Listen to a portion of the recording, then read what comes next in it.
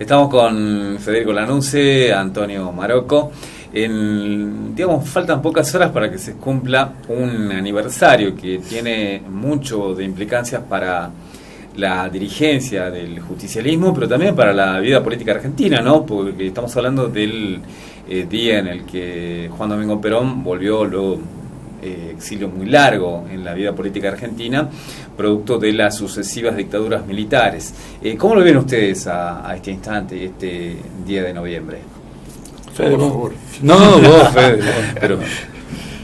Bueno, yo, a decir verdad, recuerdo la noche anterior a la llegada de Perón, donde nos congregamos para asistir a Ezeiza, ¿no? Para ir a Ezeiza, a pesar de que había un amplio despliegue militar para disuadir, digamos, a los que fueran a recibirlo. A pesar de eso se concentraron miles de compañeros, incluso gente mayor, gente muy mayor de edad también, ¿no? Yo recuerdo una viejita que cruzó conmigo el río Matanza, que era una señora, no sé, tendría 60 y pico, 70 años, por ahí, ¿no? En realidad fue una jugada que no se la esperaba. Incluso muchos de los dirigentes peronistas no esperaban que Perón volviera, ¿no? O no creían que Perón iba a regresar, ¿no? ¿Y ustedes qué piensan? ¿Ustedes venían militando desde antes, digamos, desde muchos años antes en el peronismo? ¿Y qué pasó con el militante de esa época, de 1972? ¿No vio que el movimiento o la curiosidad por las ideas de Perón habían crecido mucho más allá de los militantes? ¿Qué había pasado en ese entonces, en esos 18 años? No, en los 18 años hubo, como diría Borges, sucesivas traiciones, ¿no? Pero lo importante es rescatar el componente que tiene el retorno de Perón, esencialmente el trabajo hecho en el seno del pueblo. Es el propio pueblo el que de alguna manera, luego de lo acontecido en el 51, en el 55 y en el 64, cuando un gobierno democrático impide la llegada de Perón, aquello que se había vivido de alguna manera, las jornadas de bienestar que vivía el propio país, evidentemente frente a la crisis en la que se encontraba la dictadura militar, por supuesto, hizo que se produjera un gran esfuerzo en el trabajo político y lográramos primero una salida electoral largamente anhelada por la sociedad argentina, porque ya había sectores evidentemente que ya no veían de ninguna manera que el destino del país fuera un destino de volver a liderar Latinoamérica, de volver a ser el primer país de Sudamérica. Entonces, sectores empresarios nacionales, una pequeña burguesía que ya empezaba a aflorar en la política, y sobre todo el trabajo de muchos dirigentes gremiales honestos, capaces, comprometidos con el proyecto del justicialismo, hicieran posible que todo esto, más el trabajo de los sectores juveniles y los sectores claramente diferenciados que tenía el propio movimiento peronista, pusieran una prueba para poder de alguna manera producir este hecho, que creo que es un hecho que, a ver, vos lo podés hacer eufemísticamente el Día del Militante, pero el militante fue el pueblo argentino, que es el que sufría claramente un desgobierno, una situación económica inflacionaria, falta de trabajo, en fin. Ahí estuvo centrado, claro, ¿no? Algunas políticas de ajuste e incluso una burla, ¿no? Por parte del ministro de Economía, Griegro Bacena. Bueno, era, digamos, Perón lo llamaba eso el viejo vino, el nuevo odre, ¿no? Ajá, sí. Y lo dijo con todas las letras en ese tiempo, pero... Y un militante o un joven, en esa época, volvamos unas décadas atrás, para alguien que tenía entre 20 y 30 años, se entendía todo eso de qué era lo que estaba pasando al país y la diferencia de un proyecto de un sector como el peronismo con respecto a lo que estaba sucediendo desde los gobiernos militares. Sí, tengamos en cuenta que el contexto internacional, por un lado, ¿no? Que se venía Sí. dando desde los años 60, que era la liberación de los países coloniales, de los ex países coloniales en muchos casos, el surgimiento de los países del tercer mundo, el movimiento del tercer mundo, lo que Perón llamaba la hora de los pueblos, ¿no? Que era lo que venía ocurriendo. Todo esto, los movimientos que ocurrían en la Argentina por parte de los sucesivos gobiernos militares estaban inscriptos dentro de este marco internacional de rebelión de los pueblos contra la opresión o contra los programas que hambreaban a las diferentes naciones, ¿no? Eso por un lado. Por otro lado, los fracasos sucesivos de los gobiernos en la Argentina, que no habían podido neutralizar al peronismo, hacerlo desaparecer, hacer surgir un peronismo sin Perón. Hubo distintos intentos, ¿no? Inclusive Antonio hablaba de un gobierno democrático del doctor Ilia, que es fue una persona muy respetable en lo personal. Pero también proscribió el peronismo. Bueno, eso iba a decir, fue un gobierno semidemocrático, o no totalmente democrático. Bueno, pero se también basó hablemos de lo que son hechos concretos, ¿no? Se basó en la proscripción de Perón, mantuvo, ¿no? digamos, la proscripción. Exactamente. Entonces, y la juventud, los que en ese momento éramos jóvenes, nosotros que somos de la misma generación, tenían una enorme frustración. La juventud es obrera, por un lado, porque no podían repetir la historia de sus padres, que era trabajar con un trabajo regular, un trabajo digno, un trabajo bien pago, un trabajo que los sindicatos habían conseguido armar toda esta masa crítica de gente que tenía un nivel de vida absolutamente diferente al que tienen hoy los pobres en Argentina, ¿no? Eso por un lado. Y los jóvenes veían que no podían repetir ese modelo porque el modelo económico que se había impuesto después de la caída de Perón estaba basado básicamente en la exportación de los excedentes del producto agropecuario de la Argentina. Como bien dijo usted hace un rato, el modelo de Krieger-Bacena también se basó en la desindustrialización del país, como está ocurriendo en la actualidad, y eso hacía que una enorme masa de gente joven no contara con la posibilidad de desarrollarse en su propio país. Eso generaba una enorme frustración y un deseo de buscar una salida donde había un mito. Es cierto que para los jóvenes era un mito, porque nosotros no habíamos vivido la época de Perón. Pero bueno, el mito también se crea con la prohibición misma de los gobiernos militares. Exactamente. Entonces, y para los jóvenes no hay nada mejor que lo prohibido, ¿no? Entonces, ¿qué era lo prohibido? La figura prohibida, y la cual nuestros antecesores, no en mi caso porque no vengo de una familia peronista, pero sí en la de Antonio, contaban cómo había sido la época de los dos gobiernos de Perón, hasta el 55. ¿Y por qué te haces peronista o, digamos, simpatizante con este tipo de ideas? Y personalmente... Claro, de acuerdo a tu familia, digamos, antes bueno, era la tradición de que se decía, uno que nace en una familia del radicalismo, los hijos terminan siendo radicales. Y bueno, por algún momento esto se cortó, ¿no? Sí, bueno, a mí no, decir verdad, no me gusta mucho hablar de lo personal, pero yo provengo también de una familia, del caso de mi madre, la familia de mi madre, que es Güemes, muy ligada a las luchas de nuestro antepasado, digamos, claro, ¿no?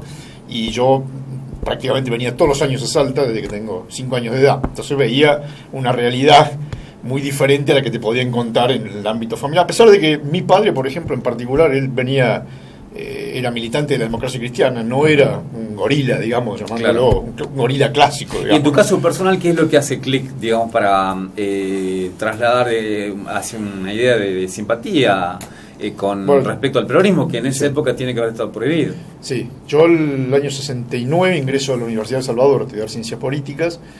Y en el año 70 tengo como profesor al padre Carlos Mujica, que tuvo una enorme influencia en mi formación, tanto como peronista como, digamos, en mi formación intelectual y hasta diría religiosa, ¿no? Porque si bien Carlos no era jesuita, yo me formé en la Universidad de los Jesuitas, y esto también, los jesuitas siempre tuvieron una orientación hacia lo social y hacia lo nacional y hacia lo popular, ¿no?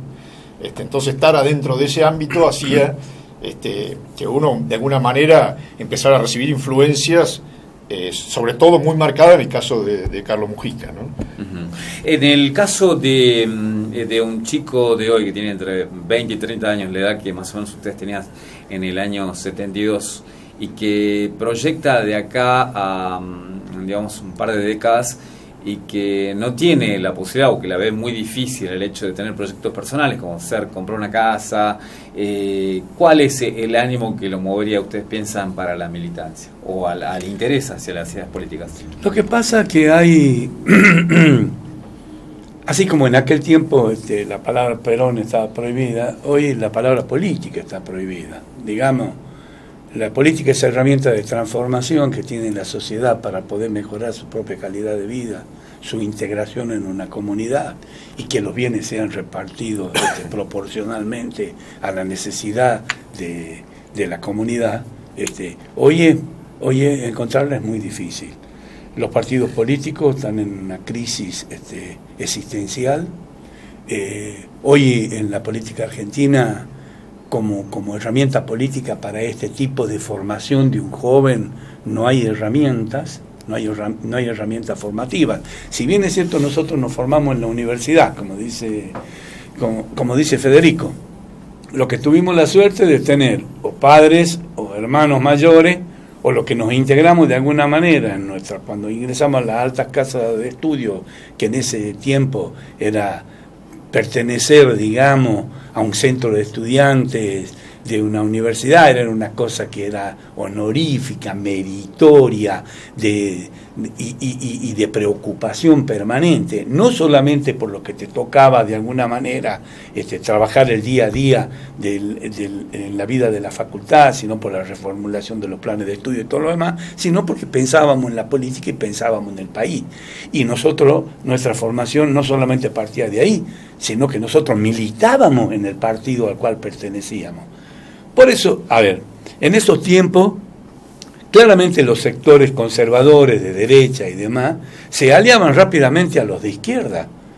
¿Por qué? Porque apareció un eslogan cuando nosotros estábamos en la máxima de la batalla, cuando el general Lanusse, Alejandro Agustín Lanusse, pone la cláusula proscriptiva de agosto del año 1972 para estar en el país, para participar de las elecciones del 73, nosotros salimos a militar a la calle, salimos a hacer todo lo que teníamos que hacer, y la izquierda complaciente con la derecha, sectores unidos, siempre ancestralmente contra los movimientos populares, sacó un eslogan que decía ni golpe, ni elección, revolución, que era nada.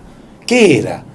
El gobierno convocaba una elección, nosotros que queríamos que Perón sea nuestro candidato, y la izquierda de avanzada, la élite intelectual y todo lo demás, ni golpe ni elección, revolución. La verdad que era una cosa como si un desprecio hacia el pueblo. Por eso el pueblo tiene desprecio por esos sectores. Uh-huh. ¿Por qué? Porque el carne propia, como decía cuando hablaba hace un rato, la carne propia la pagaba el pueblo con la falta de trabajo, con la misma situación que vos empezás a ver ahora, la falta de trabajo, los despidos, la falta del ascenso social que tuvo y se interrumpió en el año 57, a pesar de que vino el gobierno de Frondizi, que tuvo algunos esbozos, y como vino el gobierno de Ilia, que también tuvo algunos esbozos políticos, y de lo nacional y de darle otra mirada.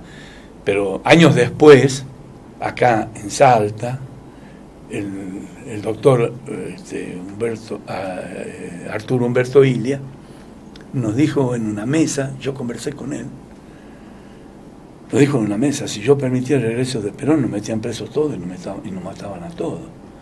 Y en ese momento acá en Salta funcionaba el grupo del club universitario, que había tomado las riendas del diario Democracia, y Ilia, en el reportaje exclusivo que le da a ese diario, le dice a Pedro González y al doctor Pesci, que son los testigos de ese tema, exactamente las mismas palabras que nos dijo a nosotros, un grupo de dirigentes que lo entrevistamos a él en el Café Victoria Plaza, con la Pila Saravia, que era la hija del doctor José María Saravia, que había sido embajador del radicalismo, una figura popular en Salta, conocido como el Rengo Saravia, nos dijo exactamente lo mismo.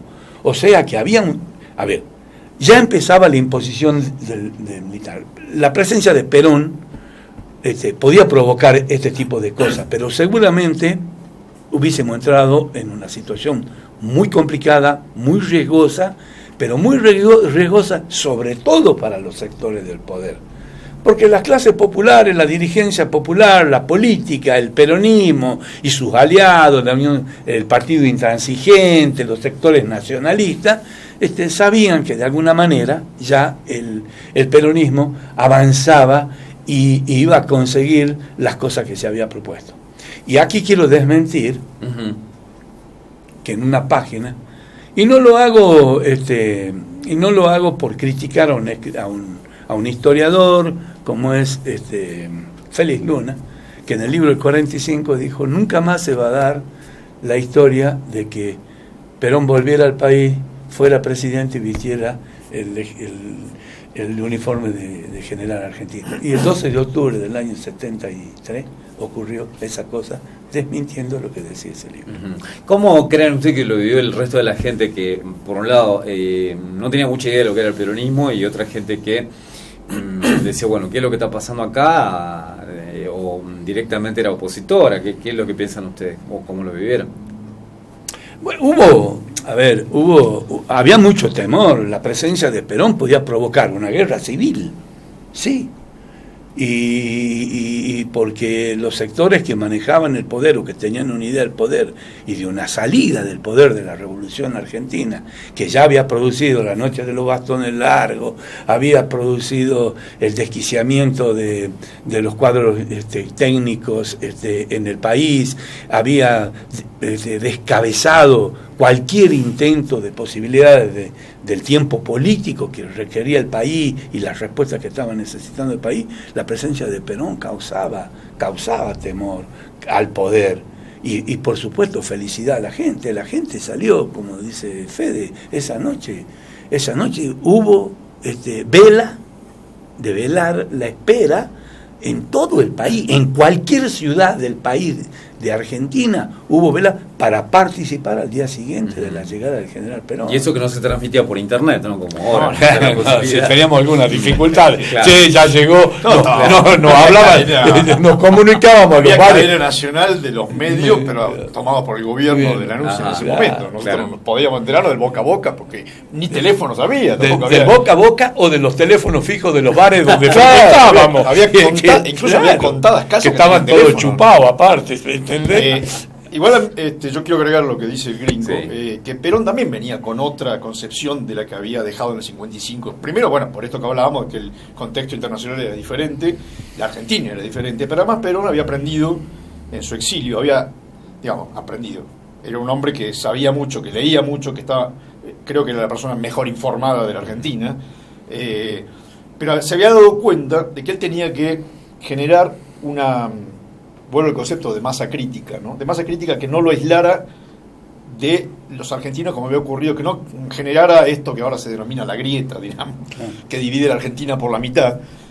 Perón se da cuenta que tiene que sumar no solo dirigentes políticos de otros partidos, sino una cantidad de gente, militantes, además de diferentes partidos, para poder aislar al gobierno militar, por un lado, a la camarilla militar, como él la denominaba en ese momento, porque Perón también tenía contactos y simpatizantes dentro de las Fuerzas Armadas, aún en ese momento. Seguro. Claro. A pesar de los sectores ultragorilas que, como bien dice, hasta amenazaban con voltear el avión de Perón antes que llegara a Ezeiza, pero Perón había generado toda una movida muy grande era un gran estratega, entonces había tomado sectores de las Fuerzas Armadas, sectores de la juventud, que estaban en la revolución, como decías vos, en la lucha armada, los sindicatos, que siempre fueron el apoyo fundamental dentro del peronismo, la rama sindical, las mujeres, y sobre todo esto lo manifestó, yo creo, muy claramente en el abrazo con Balbín, ¿no? Cuando decide encontrarse con Balbín, que habían sido, acordémonos que Perón lo había tenido preso a Balbín, ¿no? Lo destituyó de diputado y lo metió preso. Sin embargo, en un gesto de madurez de ambas partes, se reencuentran, se abrazan. Ustedes se deben acordar, a pesar de que no lo vivieron, pero lo han leído en algún lado o lo han visto. La despedida de Balbín fue uno de los oradores en el velorio de Perón, en los funerales de Perón, donde dice que un antiguo adversario despide a un amigo. Un viejo amigo. Esto era una estrategia también de Perón y del parte del radicalismo. Recordad, mira, hay una cosa notable. Perón en un momento incluso plantea la posibilidad de que Balbín fuera su candidato a vicepresidente. Sí, había escuchado esa incluso hipótesis, plantea eso, ¿no? ¿Y quién se opone? Se opone dentro del radicalismo la rama de Alfonsín, que no quería saber nada porque se perdía la identidad del partido y demás. Estos dos viejos, Perón y Balbín, que ya estaban de vuelta de todo, estaban mirando mucho más allá de la identidad partidaria del radicalismo o del peronismo, creo yo, ¿no? estaban en un proyecto nacional que fue lo que Perón dejó escrito, además del discurso que dijo el 12 de octubre fue, ¿no? En el Congreso de la Nación, donde deja plasmado el proyecto nacional o el modelo argentino. Esto se había consensuado con otras fuerzas políticas, estaba el desarrollismo también, con Frondizi, claro, sí. dentro de este paquete. ¿Por qué? Porque Perón sabía que, primero, el contexto internacional empezaba a ser desfavorable para cualquier movimiento popular en la Argentina. Recordemos que poco después cae Salvador Allende, en Uruguay aparecen los militares con Bordaberry, empieza a tener problemas alrededor la Argentina y el gobierno peronista en particular, ¿no? Entonces Perón sabe que es aislado, solo y peleado con la mitad de los argentinos, o la mitad de los argentinos pensando que Perón era un riesgo o era un peligro, no iba a llegar muy lejos ese gobierno. Y él sabía que tenía poco tiempo de vida también, no era tonto, ¿no? Entonces, cuando llega a la Argentina y cuando desembarca en Ezeiza, ya viene con otra cosa en la cabeza. A nosotros nos costó mucho porque éramos jóvenes, creíamos que había que tomar el gobierno, había que hacer la revolución peronista nuevamente, ¿verdad? Pero el viejo sabía que no iba a ser nada fácil esto, ¿no? Entonces plantea esta estrategia de largo plazo, de ir de alguna manera aislando los sectores más reaccionarios y planteando una estrategia nacional de desarrollo. Vos fíjate que lo tiene de ministro de Economía a José Bergerbal, que si bien era el titular de la CGE, de la Confederación General Empresaria, que nucleaba a los pequeños y medianos empresarios. El pensamiento era distinto, más de centro-izquierda. Era un hombre del Partido Comunista. Sí, claro. ¿Y esto qué pasaba? Le abría las puertas también a toda alianza y financiamiento y transferencia de tecnología del bloque soviético. Al mismo tiempo rompe el bloqueo con Cuba. ¿A través de qué? De la empresa Ford, ¿no? A través de enviarle descamisado, arregla con Ford para que mande vehículos a Cuba. Todavía esa deuda la tienen los cubanos con nosotros, no terminaron de pagar. Pero bueno, Perón iba haciendo una estrategia, digamos, de desarrollo propio de la Argentina, cosa que no habían tenido nunca los militares.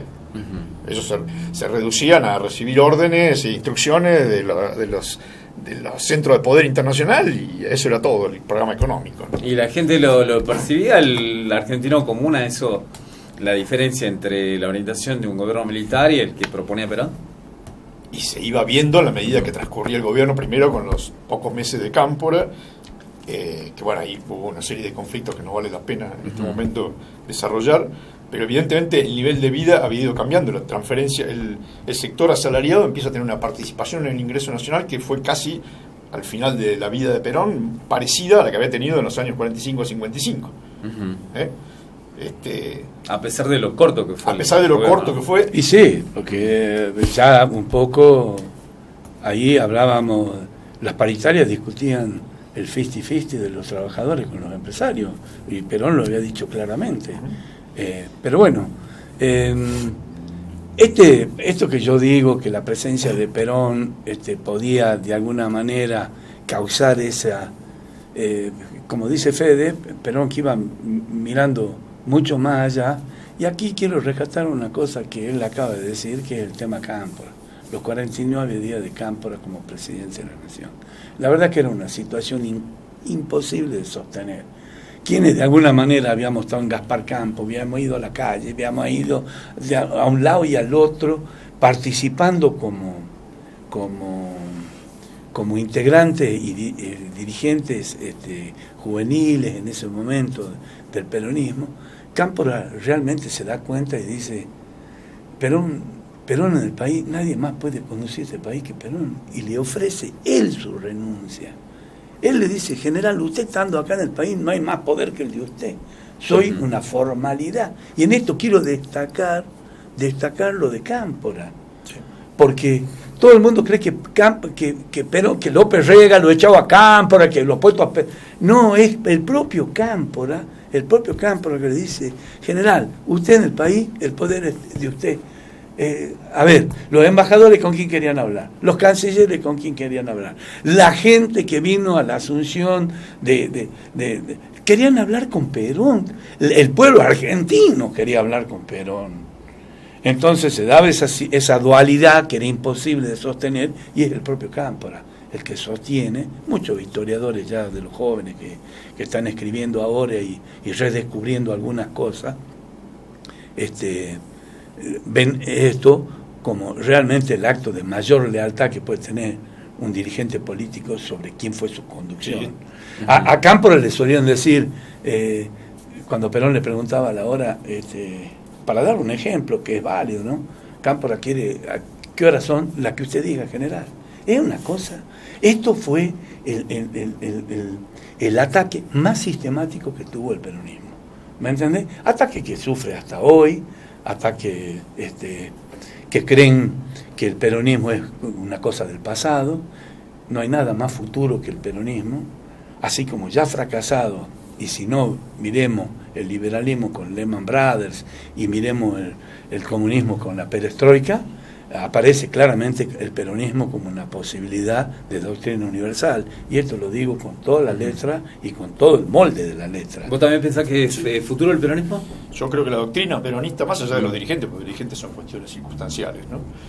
La doctrina peronista, tanto que hoy la encarna a su manera el Papa Francisco, que es un peronista, más allá de su cargo oficial de Papa, es la doctrina social de la Iglesia. En su momento hasta Perón lo dijo también. Sí, Perón tomaba las cosas desde ahí. Perón lo decía claramente, la doctrina social de la Iglesia, el peronismo es, como decía, una doctrina simple, práctica, popular, profundamente cristiana y profundamente humanista. Claro. Más claro que eso. Entonces, hoy si se pudiera juntar la doctrina justicialista, la doctrina peronista, con lo que el Papa está diciendo hoy públicamente, y es una de las figuras, quizás el líder más reconocido hoy a nivel internacional, y lo que está ocurriendo deformadamente en los países de Estados Unidos, en los países europeos, que empiezan su propia población a rebelarse contra la globalización que los excluye. Entonces estamos pensando que tenemos que, como dice bien el gringo, que tenemos que ver las cosas un poco más hacia adelante y qué va a ocurrir, porque el tercer mundo los excluidos empiezan a trasladarse al llamado primer mundo. Cuando son rechazados buscan alternativas. Buscan alternativas porque sus propios países no tienen posibilidades de desarrollarse. Los propios ciudadanos de los países del primer mundo empiezan a rebelarse contra esta globalización que termina siendo una globalización financiera o una financialización de la economía, como dice bien el Papa, ¿no? Y que esto ya lo decía Perón 30 años o 40 años atrás, no es nuevo, ¿no? Entonces, como bien dice Gringo, yo creo que si sacamos a un lado las cuestiones circunstanciales y coyunturales de la historia, los dirigentes, porque también, ¿qué pasó? Acá los medios fogonearon, siempre el peronismo es el responsable y el culpable de todo lo que ocurre de malo en la Argentina, desde el año 45 en adelante, ¿sí? Pero parece que si uno saca la cuenta del año 45 hasta acá, hemos gobernado la mitad del tiempo, la otra mitad gobernó otra gente. Pero esa otra gente no es responsable de ninguno de los males que afectan a la Argentina. La culpa de los corruptos somos los peronistas, los inútiles son los dirigentes peronistas, siempre el peronismo tiene la culpa de todo. ¿Y por qué? ¿Por qué es esto? Porque el peronismo fue el que planteó una salida que podía abarcar a la totalidad de la población. Entonces los sectores de poder obviamente no quieren resignar sus privilegios, no quieren dejar de lado las enormes ganancias que han obtenido en los años de globalización financiera, y ahora ¿quién le pone el cascabel al gato? Incluso el gobierno anterior, que siempre hemos dicho era un gobierno peronista, a su manera, podemos discutirle un montón de cosas, el gobierno de los Kirchner, pero tampoco se atrevió a hacer lo que hizo Perón 2 veces, en el 45 al 55, y después lo hizo de nuevo cuando volvió, que fue la nacionalización de los depósitos bancarios y la intervención en el comercio exterior de granos, a través de la Junta Nacional de Granos, porque si no, no tenemos salida. Si nosotros todo lo que la enorme masa de recursos que tenemos, se la dejamos que la manejen las 6 o 7 empresas multinacionales de grano, y los recursos financieros, los ahorros tuyos, míos y de él, van a parar a un banco de un señor que no sabemos dónde pone la plata ni a qué la dedica, más que nada a la especulación financiera, ¿qué salida hay? Mejor ni hablemos de ese tema, que se viene un aumento de los depósitos bancarios en los próximos días, ¿no? Para enero. Les hago la última pregunta a los dos, como para que la reflexionen en términos hipotéticos. Si yo le dijera el 17 de noviembre del 72 hay una final del mundo Argentina-Brasil, o les diera la opción de ir a militar por el regreso de Perón, ¿cuál elegiría? Con sus 20 y pico, 30 años. No, seguramente hubiésemos participado de la vuelta de Perón, seguramente. Sí, eso es innegable. Hoy quizás, no sé qué fenómeno similar podría ocurrir, que venga baje Diego Maradona en el avión negro a salvar a la selección argentina del repechaje, y a lo mejor vamos. Capaz que ahora, como lo va a ver a Trump, puede ser que... Pero no hay un liderazgo de esas características hoy que, No, digamos, vamos a ir bajo la lluvia y el frío y amenazados por tanques y aviones y demás a recibir a una persona que venía después de 18 años de proscripción. O sea, harían lo mismo. Aunque Obviamente. Perón hablaba del determinismo histórico, creo que de alguna manera nosotros estaríamos volviendo a participar de ese determinismo histórico, seguramente. De ese hecho histórico, seguro. Antonio Marocco, Fede Lanuse, muchas gracias. Gracias a vos. No, gracias a vos, Fede. Muchas gracias.